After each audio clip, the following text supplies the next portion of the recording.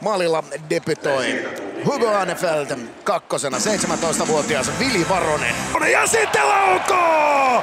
Etukulmaan Olli Korhonen. Nyt on mielenkiintoinen tilanne, nimittäin 17-vuotias Vili Varonen luistelee tämän maalin jälkeen IFK-tolppien väliin liigauran ensimmäiset minuutit tästä nuorukaiselle, joten nyt melkoiseen paikkaan sitten myöskin Varonen ottaa liigauransa ensimmäiset minuutit. Varonen tosiaan 186-senttinen maalivahti Helsingistä, Jokerit kasvattaja, mutta tuolta junioripolkua on mennyt nimenomaan IFK:ssa.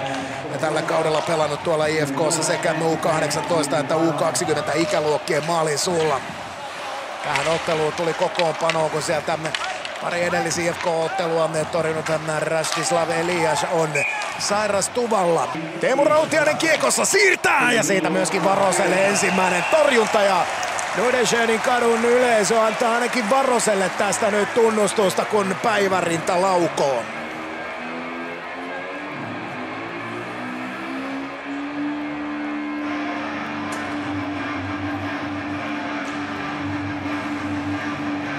Siinä tuo ensimmäinen tilanne ja ensimmäinen torjunta liigassa Vili Varoselle.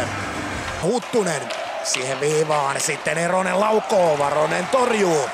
Vielä tulee Kiiskinen laidalle ja samalla Otto Sompin rangaistus on loppumassa, Vesalainen laukoo, Varonen torjuu 2 kertaa. Sinne syöksyy vielä Jesse Kiiskinen, mutta Varonen selvittää ja kyllähän nyt nuorukainen ainakin sitten saa tähän liigauralleen ihan kelvollisen startin, saa muutamat itseluottamustorjunnat sieltä kaavittua ja sen toteaa myöskin Jesse Kiiskinen, joka ei hänkään iällä pelattu ole 20 vuotta Hollolan pojalla ikää.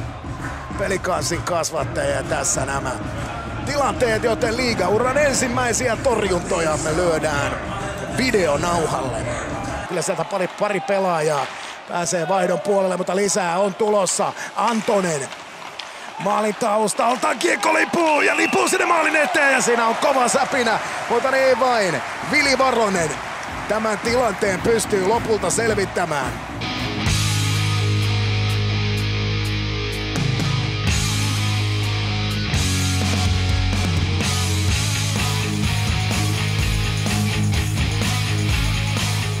Ja siinä on tilastoja IFK-maalivahdille yhteensä 8 torjuntaa ottelun toisessa erässä, joista 3 kirjataan Vili Varoselle ja tosiaan sitten matematiikan mukaan Hugo Ahnefeld 4 torjuntaa. Ja takaisin Helsingin jäähalliin 3. erään. HPK ylempää viiveellä, Jokirinne. Alitalo ne pistää kiekon päätyy ja sitten Varonen kenttämestarin erikoiseen. Menee Ahterin liukua päätyy, mutta luukulta ei HPK-pelaajia löydy. Kerhon edellinen voitto 30. syyskuuta 2022, eli yli 3 vuotta sitten Hämeenlinnassa HPK voitti 3-2, kun tässä vielä tuo kenttämestarin erikoinen, joka yllättää kyllä myöskin Vili Varosen totaalisesti. IFK on voittanut 9 edellistä Helsingin kohtaamista. HPK on edellinen voitto täällä Helsingissä 8. päivä helmikuuta. Keskialueelta jatketaan, 3. erässä ei edelleenkään maale, joten HPK turvallinen johto ja sitten tulee Varosen loistava torjunta, tulee toinen torjunta, kun siihen pääsee vielä Kristian Vesalainen kiekkoon. Mutta 17-vuotias vahti kestää. Vili Varonen pelasi viime kaudella pääsääntöisesti tuolla IFK:n U18 joukkueessa. Muutamia otteluita tuli toki myöskin U20 mukana, kun tässä vielä 2 kertaa Vili Varonen. Eikä ole joutunut vielä toistaiseksi liigaurallaan antautumaan. Mutta sitten HPK:lla toinen ylivoima. Petteri Nikkilä viivalla. Siitä pamauttaa Vesalainen. Ja nyt lähtee sellainen laaseri, että HPK kuittaa tämän ylivoiman 6-1. Maalintekijänä Kristian Vesalainen ja olihan paukku. Siinä ei paljon tarvitse hieroa, kun Nikkilä siirtää ja Vesalainen paukuttaa. Ja kyllä on sitten Olli Korhosella myöskin erinomainen maski vielä siihen Varosen eteen. Mutta kyllähän tuossa laukauksessa, jos jossain, niin kyllä siinä on sitten sitä. Sen jälkeen Somervuori kiekossa ja siitä lähtee nyt IFK:n ylivoima kuntoon. Kiviharju viivassa. Kiviharju laukaus ja nyt on maski. IFK kaventaa 2-6. Varonen käy kurkkaamassa maalin taustalla. Nosto sinne laidalle. Somervuori pistää siitä Lundelia eteenpäin, mutta hyvin puolustaa edelleen Korhonen tuo keskialueen. Eronen viivassa, ne tulee ja tekee tilan, kävelee siihen suorastaan ja pääsee laukomaan, mutta Vili Varonen selvittää. Vielä Eroselle viivaa muutama sekunti, Rautiainen kiskoo ranteen ja Varonen ottaa siitä ainakin yhden torjunnan vielä.